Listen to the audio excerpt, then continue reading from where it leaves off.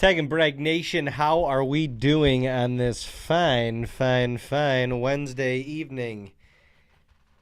It is your boy, your favorite hunting buddy, David G, and this ain't your average sit back and watch Boarfest. No. Any of you all that have sat with us before on these fine Wednesdays know that we like to have fun around here. We're here to make hunt cams great again. Speaking of that, you can check out our merch on TAGNBRAG.co. Get you some Make Hunt Cams Great Again merch. Today, we got these hats, not only in red, but we got them in blue. We got the Make Hunt Cams Great Again hoodie. Many different colors in these. I got the black one, but we got greens, we got browns, we got blues, we got all sorts of colors. Whatever your favorite color is, you can check it out. So do that for us. And if you're just joining us, give us a wave. Shoot me an emoji or something. Let me know you're here. How's everybody doing?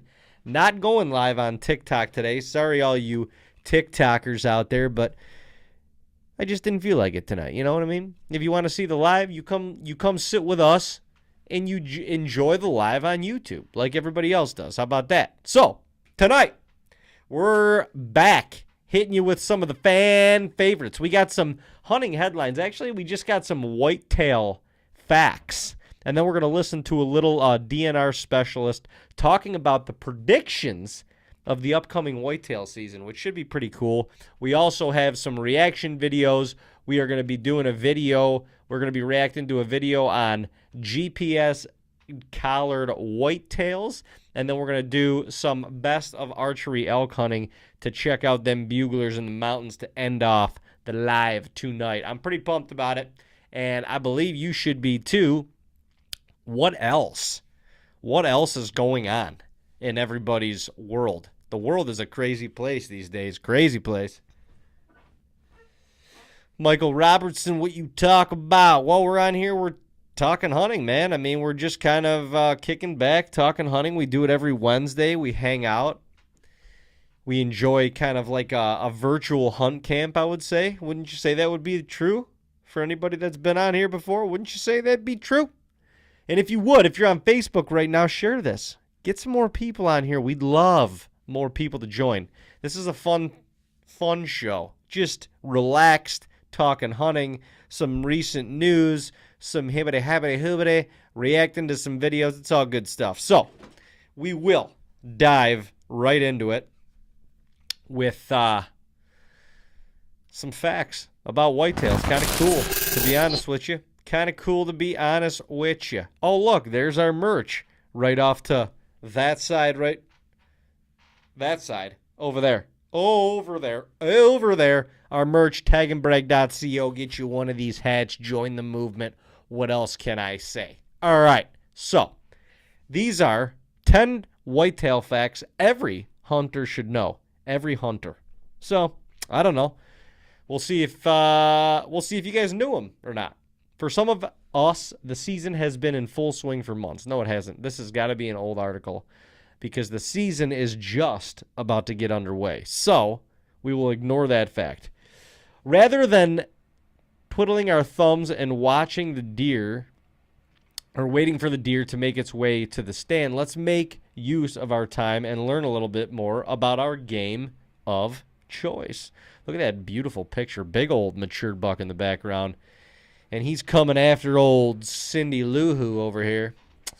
So, 10 facts to help you hunt better, you whitetail nuts out there. Knowing the game that you hunt helps you plan and hunt more successfully. So here are 10 interesting facts that every hunter and huntress should understand about whitetail deer.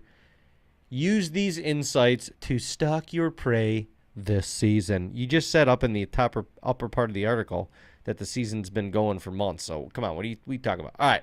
Number one, whitetail are very agile. Knew that. When tracking a deer through the woods or waiting in your tree stand, it might seem like a buck is there 1 minute and then gone the next. That's because whitetail deer are exceptionally agile. They can run up to 35 to 40 miles per hour and leap over obstacles 7 to 10 feet high. Wow. A whitetail's powerful legs and acute balance enable swift, nimble movements through the dense forest and rugged terrain, allowing them to evade predators and navigate complex environments and with remarkable ease. I mean, we've all seen that, haven't we? We've all seen that whitetail just shooting through the woods and running. You know, they catch a whiff of you, they snort, and they're out of there. 35 to 40 miles an hour is pretty fast for a whitetail. I did know they were agile. Didn't know they were quite that fast. CT Outdoors on YouTube says, have you seen any good bucks? Yeah, we got a lot of good bucks on camera, a lot of which I cannot show you right now. I apologize. But soon we will be launching new vlogs in the next coming weeks. We've got the velvet season down here in Tennessee. Then we go to North Dakota. We will be hunting 2 different states before the end of August. That's crazy. So, looking forward to that. And we will showcase some of those good ones as we go on throughout the season. Also, check out our new series, After the Chase, on our YouTube channel. Highly recommend it. It's awesome stuff. Hopefully you can learn yourself a little something or two that we learned the hard way. But if you would, go on there, check it out. Leave us a comment. Let us know what you think. Okay? Moving on. Number 2, deer feed often. On average, a white-tailed deer will feed about 4 times in a 24-hour window. These deer need to eat around 8 pounds of vegetation per 100 pounds of body weight per day. Wow. That's a cool fact. So, eat around 4 times a day. That means they're up on their feet at least 4 times a day. They've got to eat 8 pounds of vegetation per 100 pounds. So a big old buck that's 200 plus pounds, I mean, they're eating 16 to 20 pounds of vegetation a day. For example, a whitetail that weighs 150 pounds can be seen feasting on 12 pounds of vegetation throughout the day. 12 pounds of vegetation is a lot. A lot of vegetation. Does anybody else agree? That's a lot of vegetation. I mean, you put a salad in a bowl, that's like 0.4 pounds. A big bowl. That's a lot of salad. Think about it. All right, number 3. They can live a long time. Do you feel like you keep seeing the same buck year after year on your trail cameras? It's possible. Whitetails can live up to 20 years in the wild. Although only a few deer live to the age of 10, many only live 2 and 3 years. I mean, we know that. You know, every racked buck in America is getting slung at. You gotta believe that. And now with trail cameras, shit. You know, maybe it saves a buck or two because people know that there's bigger ones out there. I don't know. You might not know, but that's just my 2 cents. Anyway. Number 4, several factors contribute to large antlers. How does that buck's antlers grow so large? A 10-point buck doesn't grow those points on his own. A whitetail's large antlers result from 3 primary factors: nutritious food, increasing buck's age, and good genetics. So, you know, big bucks got to get old. You got to provide them something to eat. They got to have good genes. Hopefully your farm's got all 3. Number 5, they use scent glands for identification. How does one deer recognize another deer? It's all about the smell. Whitetail deer have scent glands between 2 parts of their hooves on all 4 feet, outside of each hind leg. I thought it was inside. On the inside of each hind leg. Okay. This makes the communication and identification pieces of cake for these animals. They are spreading scent and communicating all the time. We don't give enough credit for it where it's due, but they are. Number 6, antlers grow fast. We know that. Adult buck antlers will start growing around the last day of March or the first day of April. They usually grow at a rate of about 1/4 of an inch per day. That's crazy. It is crazy when you get a big 150, 160 plus inch deer. Anything over that's insane. But, I mean, you think about that actual bone mass and bone structure, and that's got to grow fast when it's only got 3, maybe 4 months to grow. Crazy.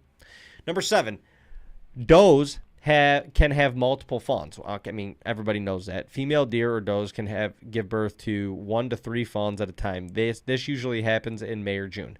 I've also seen a doe with 4 fawns, so don't leave that out because they can happen. And maybe she orphaned one. I don't know. But I'll tell you one thing. I've seen a doe with 4 fawns. Anyway, number 8, they rest during the day. More often than not, whitetails are at rest or inactive during daylight hours, making them crepuscular animals. The ideal times to see whitetail deer feeding are from before dawn until several hours later, and again late afternoon until dusk. Well, yeah, because that's daylight hours. Number 9, they swim. Have you ever seen a deer swim? On video, I have. They can. Whitetail deer can swim at a speed of around 15 miles per hour, which is pretty insane considering they have hooves. Number 10, a whitetail's vision is very distinct. They can only see shades of yellow and blue, and they can view landscapes, forests, fields, etc. at a 310-degree radius. In other words, wear orange and don't move. They pick up the movement. I mean, when a deer is seeing you, more than likely, they are picking up the movement. So you got to stay still. That's why your dad's always like, shh, sit down, stay still. We're going to see you. There's our merch again. Just check it out, TAGNBRAG.co. Anyway, that's kind of a cool little article, I would say. I don't know, wouldn't you say? Kind of a cool little article? I don't know. You got to know your game of choice in order to pursue them better. So, God bless. All right. Not a talkative group tonight, but that's okay. We will keep on keeping on. We've got the next one. We've got DNR Deer Specialist gives us insight on the forecast for the 2024 deer season. We want to earn your business. We got to watch this dumbass commercial first, though. Thank you, Overhead Solutions. Nobody gives a shit. It's becoming more conditional and less predictable, I would say, over time as hunter strategies have changed and conditions have changed. Okay, so this is for Wisconsin. I don't know. Yeah, we'll see what he says. Program specialist Jeff Pritzel says hunters have good reason to be optimistic about the upcoming deer hunting season. He says the conditions for fawn production will be much more favorable this year than in 2023, which should lead to herd growth and more deer sightings overall. But he warned to be patient, as it may still take some time for a strong mating season to take effect. The harvest numbers probably are going to fall pretty well in line with where they were last year, because even if we do see herd productivity go up this year, that's not really going to show up in the harvest of 2024 as much as it might in 25. A hot button topic or after 26. Last year's season was the impact that predators such as bears and wolves had on the harvest. Pritzel says he understands that frustration, but that the DNR is powerless to act on it until wolves are removed from the endangered species list by the federally run U.S. Fish and Wildlife Service. We have in state law, state statute. Damn, that's crazy. I was wondering. That if the I was wondering why the wolves weren't not more taken care of, but that's why. They're endangered. Wolf management is given back to the state. It's already laid out in state code and statute, the implementation of a wolf harvest season. Although every hunter wants to have success, Pritzel reminded just how many hunters there are in Wisconsin, and that not everyone is going to have their best season. We have 600,000 deer hunters in this state. That's a lot of deer hunters. That just means even in a terrific year, there's going to be tens of thousands of hunters that their experience isn't going to match that. You're right. This year. Most of the time. I mean, 75% of the time, we don't come back with anything, right? There's our merch again. CT Outdoors, when do your fawns typically drop? They don't drop May, June-ish? Tickler? Yeah, those are interesting thoughts about the upcoming deer season, I guess. We've been seeing a lot more deer on trail camera, kind of across the board. All the states that we hunt, New York, Ohio, Tennessee, North Dakota, Kansas. A lot more bucks, which is good. It seems like a lot more deer. I mean, you're going to see a lot more deer this time of year because it's before hunting season. And there's going to be a healthy crop of them that are taken out during hunting season. So, as hunting season goes on and you start seeing less and less deer on your trail camera, where there's one main reason why is because some of them are getting killed. So, you're not going to see them. Not going to see as many, that's for damn sure. All right, now we're going to move on. Is it a myth? GPS data reveals whether bucks use wind direction to travel. You may be surprised. I have a feeling that we're going to be. Where are you, CT Outdoors, where are you at? Is that Connecticut? You guys still have pregnant does right now? And they're spotted in November. That seems like someone's biological clock is a little skewed, if you ask me. Mississippi. Well, I guess the rut is pushed back a little bit more down there, isn't it? Like, the rut down there for you doesn't necessarily happen, especially if you're way south, until later in the season. Right? Like January, February? Yeah, that's what I figure. I mean, that makes sense. So your whole season is just kind of shifted back a little bit, which, yeah, that makes sense. All right, let's check out what this guy has to say. Do white-tailed bucks use wind direction to travel? Headed in the afternoon.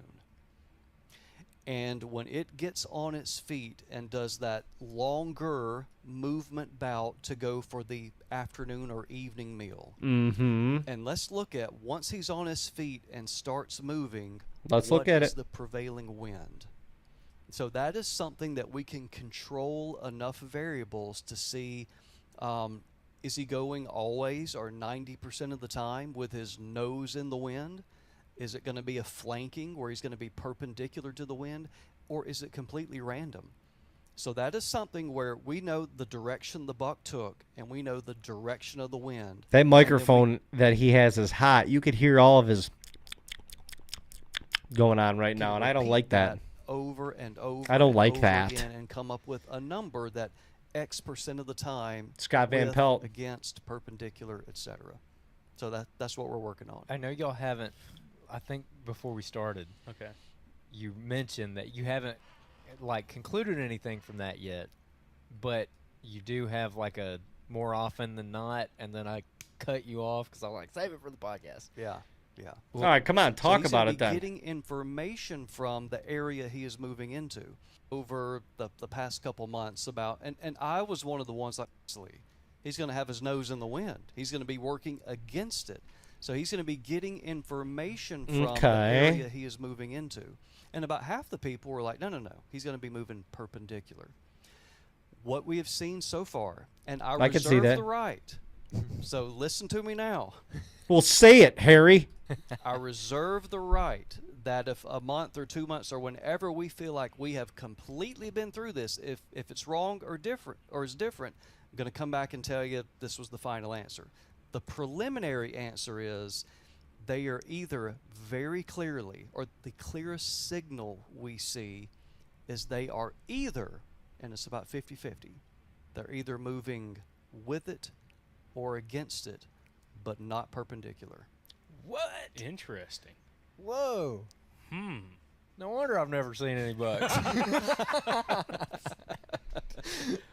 Interesting. Huh. Dude, Yeah. okay. I didn't expect that. Well, I mean, come on. Why? How do you set your tree stands up? You set them up to get a to benefit from the wind. So, are you setting up your tree stands based on the deer walking perpendicular to the wind, just because you think that's smarter? I've heard we've talked to one guy, Yeah, I know exactly where you're and going. he says he's witnessed a lot of deer when going to a destination food source in the evenings, liking a tailwind. Personally, that's what he's seen. Wind coming from their back, and his thought was specifically on larger destination food sources, specifically larger food plots. Is his thought process? Trevor, I'll get to you in a sec. Walking into something that he can potentially see, depending on how the cover is, he can see in front, but he can smell everything behind him from potentially getting ambushed by something. And he's just kind of documented himself, doesn't have any kind of data on it, but he's like, I've noticed that specifically when hunting around larger destination food plot feeding areas. So that is because I was actually thinking when I said perpendicular, I was actually going to say tailwind because I was just thinking about what he's told me in the past. I'm like, maybe there's something to it, which seems like there's something to it on that aspect, or with a headwind. But one thing I always bring it with the wind, and now in some of your study areas, it's fair. Yeah, CT Outdoors, I agree with you. And normally, at least this is where I find a lot of sheds and where I find a lot of like what I feel like are buck bedding areas is when a deer can have the wind at its back. There's our apparel again, right over there. When a deer can have the wind at its back, but then be overlooking like a big area to see if there's any danger coming his way. That's what I have noticed anyway. So, but that is interesting. All right, Trevor, any idea on the rainwater level? So, Trevor, I heard at least in south central North Dakota where we hunt, that it's been pretty wet lately. The water levels were fairly high, especially far higher than they were the last 2 years when it was pretty dry. Now, I think that's gone down a little bit in the last week or so, and hoping that kind of goes down a little bit because some of our spots that we got to get into are kind of increment on the water levels, and if they're too high, we can't get into them. So I'm hoping that they're not, too horribly high. Let's carry on. Really flat. I don't know how much you deal with like swirling wind conditions, and also getting accurate wind readings in the field versus how close you are to an airport or where there's interesting results of actually seeing how thermals and very light winds affected using smoke bombs and open areas that met up against different tree lines, and how you can see the smoke swirling in very specific corners. Like, it's very interesting. Again, on the example you had of that buck, that 3.5-year-old we looked at earlier, where you had corners of like a field or something like that, and that wind's blowing down into it, you light that smoke bomb up, and you can see it eddy and kick back in a circle right there in that corner where all that wind's funneling down to. Mm-hmm. And it's super interesting because, at least in the past, and like in this example, we were in a clear cut with two SMZs. One came through the middle of the clear cut, one was a bigger creek drainage parallel in the clear cut. That wind would swirl down in the bottom, and that's like the area that typically we'd find like a big scrape or community scrape is right there in that specific spot. Yeah, it's like a thermal hub. Where all this scent's pulling down into, but it's kicking around. It's like a buck he doesn't have to walk right through it. He could walk within 100 yards of it and catch that scent without actually having to go to that specific site, which is super interesting. Yeah, and in that SMZ that we were sitting on too, that smoke bomb went for like 2 minutes or whatever. Like I got some serious smoke bombs off the internet to do this with, and so I mean it was putting out some stuff. And I was like, hopefully there's no planes flying around that like are like freaked out by this. And in that SMZ, that smoke was gone out of there, and assuming that's like your scent or whatever, like that smoke was gone out of there in like, I don't know, 3 or 4 minutes, and it got down in that thermal hub, and it just hung down there. I mean, it all went to that spot and stayed for like a long time. It was also right at daylight, or right at first light, still like a falling thermal, high humidity, dew. So these guys are doing wind tests with smoke bombs. Dew still set, so everything's like settling down in there. And it was very interesting to see how everything pulled up and it started just kicking around down in there for a little while. So anyways, I'm not saying you could apply that, but it's fascinating to kind of see that, and also seeing how the deer sign relates. No doubt. So is that based on topography or the intersection of topography and vegetation? But I think it's both. The second one, yeah, topography and vegetation, because this is an area, not big hill country, but elevation change, maybe 60 feet or something like that gradually. And just everything wanted to go down the SMZ, lit the smoke bomb above the SMZ, it just sucked down in there and got in that corner and just started to want to kick around and just linger right in that specific spot. Yeah. I mean, that's interesting. That's interesting stuff. The wind, the thermals, all of that. If you're hunting deer, and I mean, well, if you're hunting any deer, but if you're hunting bigger deer specifically, that's something that you have to pay attention to on the daily. But it is, we've got a handful of stands on our property where, we'll have the Weather Channel will say it's like a northwest wind per se, and we go to this stand because it's good for a northwest wind theoretically, but based on where it's at, like on the corner of a ridge or on a hillside, whatever, and what's behind it or what's in front of it, you could have the wind in your face, but you got a hillside behind you that's kind of kicking it right back to you. And all of a sudden now, like, you got a deer coming from in front of you, and they get close enough. You know, they may not wind you 100 yards away, but they get to 30, 40 yards. You know, they get close enough, and all of a sudden they tip their nose up in the air. And it's not like they blow out of there like crazy, but ultimately they smelled you. You know, they smelled you, and the thermals, or however that wind was circulating in there, is what essentially took it, like, from you, and almost like kind of created a tidal wave effect back to the animal. So it's interesting. I think it's different on every single property, and it's something to pay attention to. And certain stands, you've got to pay attention to it too, because like I said, if you've got a stand that makes sense on paper for a northwest wind, but that northwest wind is kicking it off the hill behind you and circling it right back down in front of you, well, then that ain't very good for a northwest wind. And if you can't hunt maybe like a north or a west any better, then maybe that's just unfortunately a spot that you can't really safely put a tree stand in. So very interesting stuff. All right. Last segment of the day, we're going to watch the best of some elk hunting. The best of some elk hunting, I guess. We got the best of elk hunting compilation, Elk Week 2023. Let's get after it. What do you say?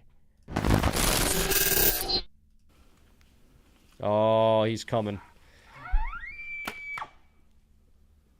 What? This guy? What? He just busted this thing.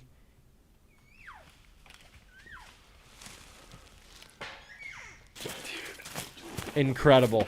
I think I got it. Incredible. That was insane. Holy shit. I mean, this elk hunting stuff is crazy. You can't even see through that bush. How you getting an arrow through there, cuz? How you getting an arrow through there, cuz? Mew. Mew. Mew. Mew. Oh, here he comes. Here comes the old big... Oh, that's a little rag bull. All right, we're going to watch. Just listen to his heart. Listen to his heart beating. Look at this little rag bull this dude has. Oh, perfect shot. Oh! Holy shit! Oh my god, I got it all. Oh my god. Holy shit, that thing almost ran his ass over. It did run him over. Oh. I cannot believe what just happened to us. Oh my god. Oh. Holy shit. That friggin' dude just got pummeled by an elk. Yeah, that dude loves the frontal shots. Damn, this is loud. We got probably an hour and a half, maybe 2 hours left of daylight. Oh, come on, you can make that shot, cuz. Call this bull in, because there's not going to be any sneaking on him or anything like that. Listen to him bugle. Listen to him roar. Gotta love them frontals. Damn sick footage up in that burn line. Look at that. Whole hillside has been burned. Wow. They're sitting behind like a fucking burnt...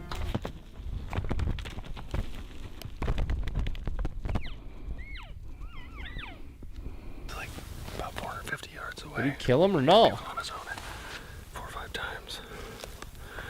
Waited for the wind. All right, let's go a little. Oh, frontal shot again. Frontal shot again. Hell no. All right, let's see what we got going on here. Mew, mew. Here he is, right here in front of us. Mew, mew. Send it. I tell you what, I give these guys credit. They're not shooting massive bulls. They're just all fired up. Shoot them.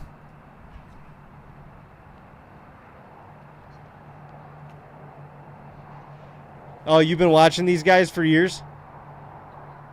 I guess I followed along with them a little bit, but Man, they don't discriminate. Look at that little raggedy bull. He got horns. Shoot him. Oh my. Got him good. Got him good. That thing is not going far. That was insane.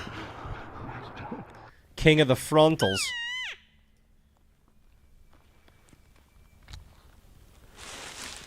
I think that's him. Like, we found him. It might be frontal, dude.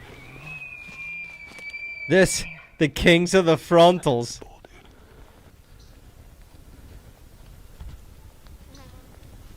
Oh, damn. My God, I need to witness this. I need to witness this in real life. Scream in my face. Meow. That's a freaking giant. Giant bull headed right towards you. What are you going to do? Give him a frontal. $10 this guy frontals this bull. $10. This footage is insane. Oh, I've told you. I wish they walked up to him and showed him a little bit. I love the shots, but damn.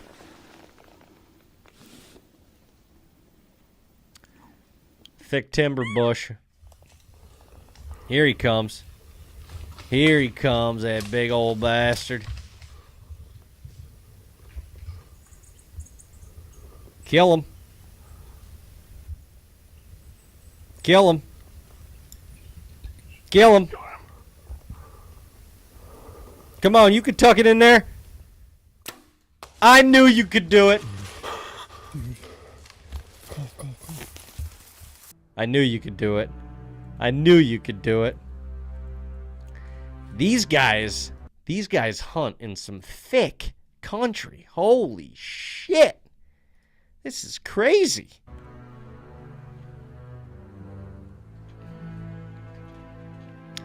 Here he comes walking up the hill, looking for his cows.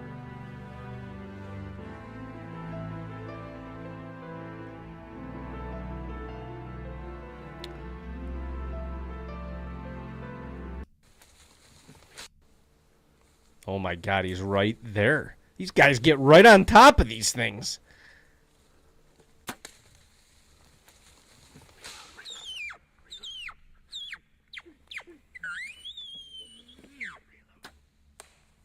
Oh.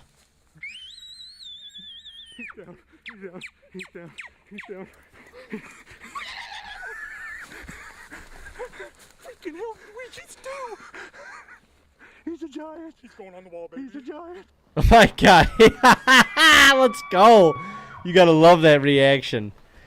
Oh my gosh, they're getting screamed at again.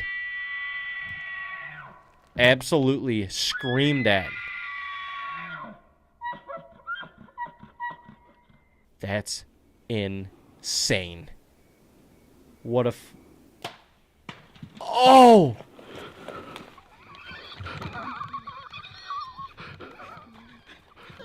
What? No follow-up shot, bro? You gotta follow that thing up, man. Holy shit. Let it rip, Harold. Send her his way. Send it. Send it. Send it. Pump house him. Pump house him. Oh! What was that, like a 96-yard shot? Oh boy. Coming down the hill. This is insane.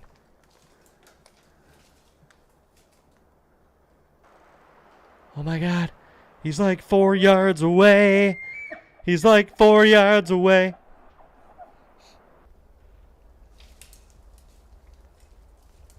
Oh.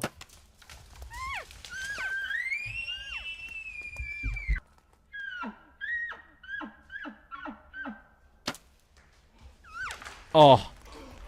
See ya.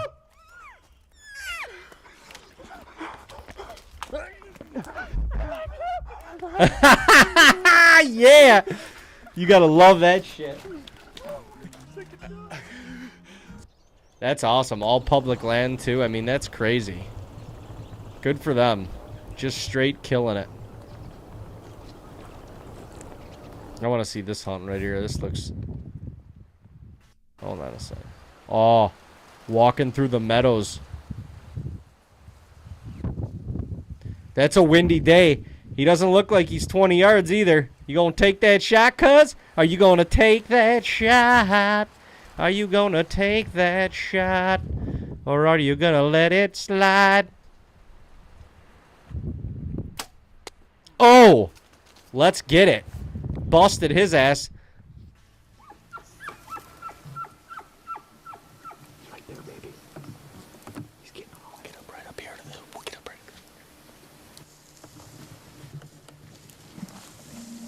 Oh boy. Look at that little raggedy horn. We don't care. Do it. Small bulls eat good too. Oh boy. Here he comes, just walking down the street, singing hula hee, yiba-ding-gang-gong-goo. Here he comes, zing-gong-gong-ding. He's gonna walk right in his lap.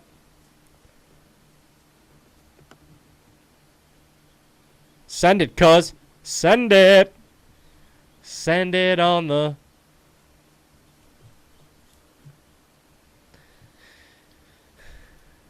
My heart would be pounding right now. I would be not able to control myself. Even though it's not that big of a bull. It's a huge animal. Come on. What's this cameraman doing?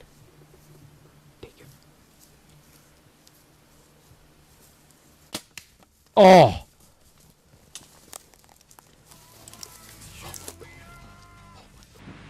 That was nuts. Another windy day. Blowing 35 knots.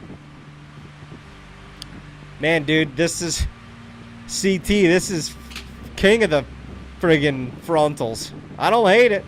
It's a lethal shot if you know what you're doing. It really is. It's a lethal shot. Whoa, look at that thing.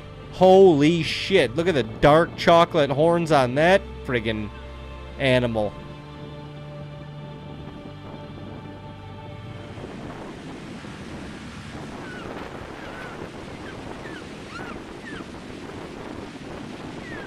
How does that thing even hear the call? I can't even hear myself think right now.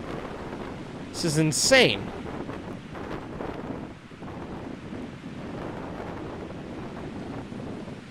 Coming around the bush.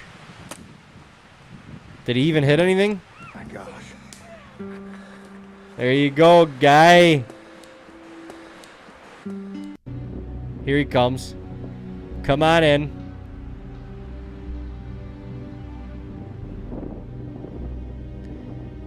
He sees you. Too late. Frontal.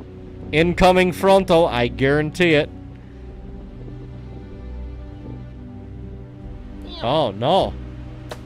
Oh, tucked it right in the old pocket. Looks like he did it good. Thing was busting blood everywhere. Don't move, don't move, don't move. Good night. Hell yeah. Hell yeah. That'll get you jacked up. That will get you jacked up. Go check out our merch right over there. TAGNBRAG.co. Make hunt camps great again. Shirts, hoodies, t-shirts, the whole 9 yards. Y'all, thank you. Thank you. Thank you for joining us once again on this fantastic Wednesday. We appreciate you joining us every Wednesday. But, you know, all good things must come to an end. So, that is a wrap. Tag and Brag Nation, thank you for joining us once again. Remember, the stories that we share are just the beginning. The great outdoors is a never-ending adventure awaiting for your footprint. We cannot wait to see you again next time where we dive into some more hunting headlines. May bring back trail camera treasures. I don't know. Camo confessionals. I don't know. But we're definitely going to be reacting to more hunting videos as we get closer and closer to opening the season in about 3 weeks. But Follow us on all of our social medias so you too can keep up with us, what we're doing now, and then when we get into the field in a couple weeks. And yeah, subscribe to our YouTube channel. Follow us on Facebook, Instagram, Twitter, and TikTok. And let's keep building this community together. This is fun stuff. Don't forget to check out our merch at TAGNBRAG.co.